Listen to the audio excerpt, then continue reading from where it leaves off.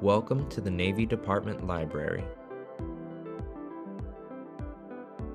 The Navy Department Library is housed at the Washington Navy Yard in the southeastern section of Washington, D.C. Both the library and the Navy Yard have an important place in both the history of the Navy and the United States itself. The Washington Navy Yard is the oldest Navy shore establishment and was established in 1799. It became a major shipbuilding hub, with the USS Constitution arriving in 1812 to be prepared for combat.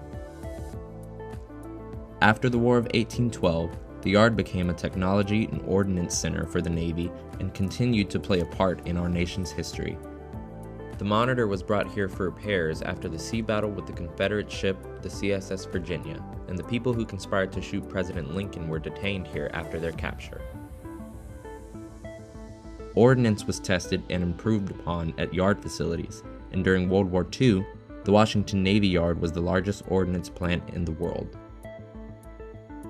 Today, the Navy Yard serves as headquarters, Naval District, Washington, and houses many support activities. Among these is the Naval History and Heritage Command, which consists of museums, archives, historians, and the Navy Department Library. The Navy Department Library traces its roots to an 1800 letter from President John Adams to the first Secretary of the Navy, Benjamin Stoddert. Adams asked Stoddert to establish a library for the Navy and to employ some of his clerks in preparing a catalog of books for his office. It ought to consist of all the best writings in Dutch, Spanish, French, and especially the English. However, the library's roots extend even further back to 1794, when the Naval Bureau was part of the War Department in the then federal capital of Philadelphia. In 1798, the Navy gained departmental status, and the Secretary of the Navy was authorized to take possession of all records, books, and documents relevant to naval matters that were then deposited in the office of the Secretary of War. This initial collection, subsequently evicted from its Philadelphia quarters by the War Department, found temporary refuge in a tavern in Trenton, New Jersey. When Washington became the national capital and the Department of the Navy moved there, wagons carried naval books and records, while a schooner transported library furnishings to Georgetown.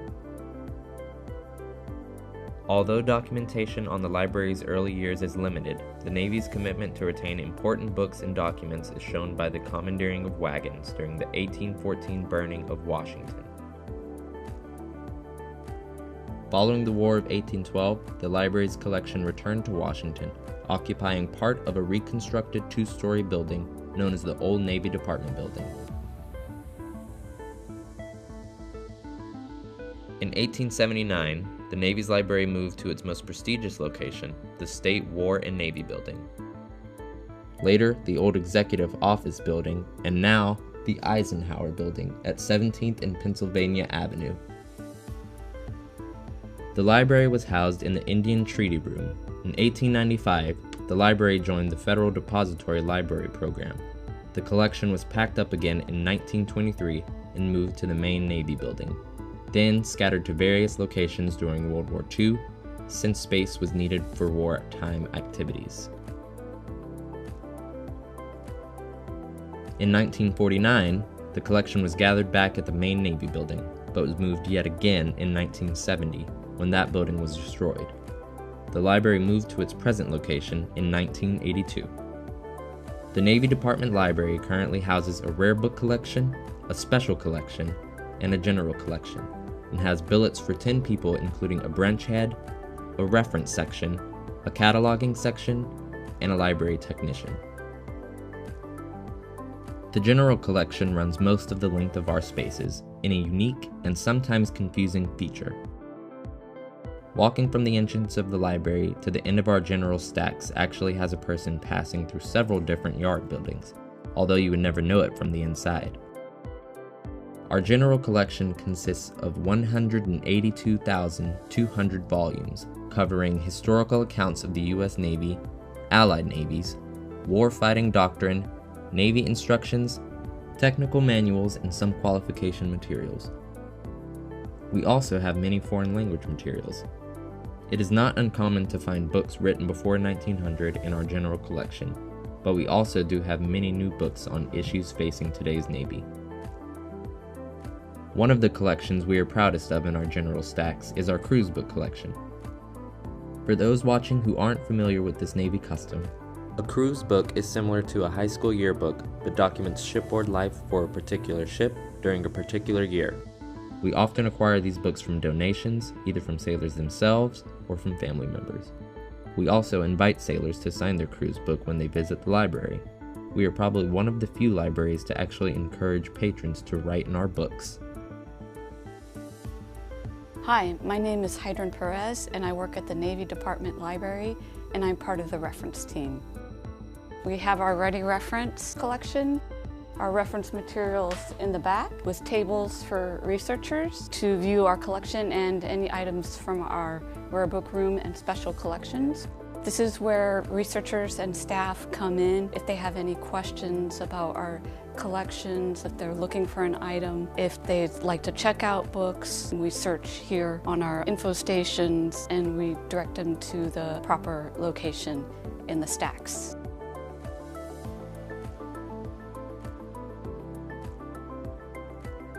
Hello everyone, my name is Dylan Beezer. I'm a catalog librarian here at the Navy Department Library. We're a small group back here who do copying and original cataloging. We don't use it anymore, but we do have our card catalog still here, out of date by about 10-20 years. As the catalog librarians, our goal and our purpose is to create the best online catalog that we can. We're proud of our work here. And as you'll see later in this video, some of the rare items that we have throughout our collection. Our special collections are housed on the second deck or floor for non-Navy types of the building. Items are sent to special collections if they are judged to be very unique or historically important for our general collection. For example, we keep the cruise book that documents the surrender of the Japanese that ended World War II. We also keep a selection of historical war games in this space, as well as some maps. Items from this collection in the rare book room are non-circulating. The rarest and most unique items we hold are kept in our rare book room. This room is locked and armed at the end of each day, since it holds some of the Navy's most important historical treasures. Some of these items include the unpublished naval administrative histories of World War II, with over 150 volumes of Navy actions during that conflict. A small sample of our interesting items include a table formed by the capstan head of the USS Maine, which was sunk in 1898 and led to the outbreak of the Spanish-American War. A writ of marque signed by James Madison. A writ of marque was Congress and the President basically allowing private citizens and merchant vessels to attack other merchant vessels. Here we have two items related to Admiral Nimitz. This is a document from his graduation from the Naval Academy. And then here we have his promotion to 5-star. This lovely book is weighted down with lead. This is from the Civil War. It's a coded signals book. So, and the reason it's weighted down with lead was if your ship was in the process of getting captured and things weren't going your way, you could toss it into the river and it would sink to the bottom, no problem. So the enemy wouldn't know your signals and intelligence. We have two items. This are business cards and calling cards received by John Paul Jones after he left America. After he left America, he actually became an admiral in the Russian Navy, and on his worldwide tour of Europe, he met a lot of people. As you can see, here's a nicely made card from a Mr. Barclay, who was an American consul general. We have several dozens of these. He was quite a collector of business cards. Finally, here we have a telegraph for the air raid on Pearl Harbor. It's actually misspelled, but this was sent to one of the destroyers in the Atlantic at the time. A communications officer grabbed it after the day's end when normally all these messages would have been discarded.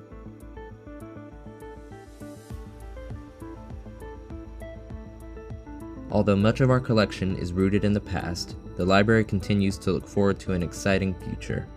We are scheduled to move from our current location to a new space on the Washington Navy Yard in the coming year. To better house the command's historical collections, a 19th century warehouse is currently being renovated to include state-of-the-art collection storage and HVAC systems that will allow the Naval History and Heritage Command to properly preserve and make available the collected history of the U.S. Navy for many years to come.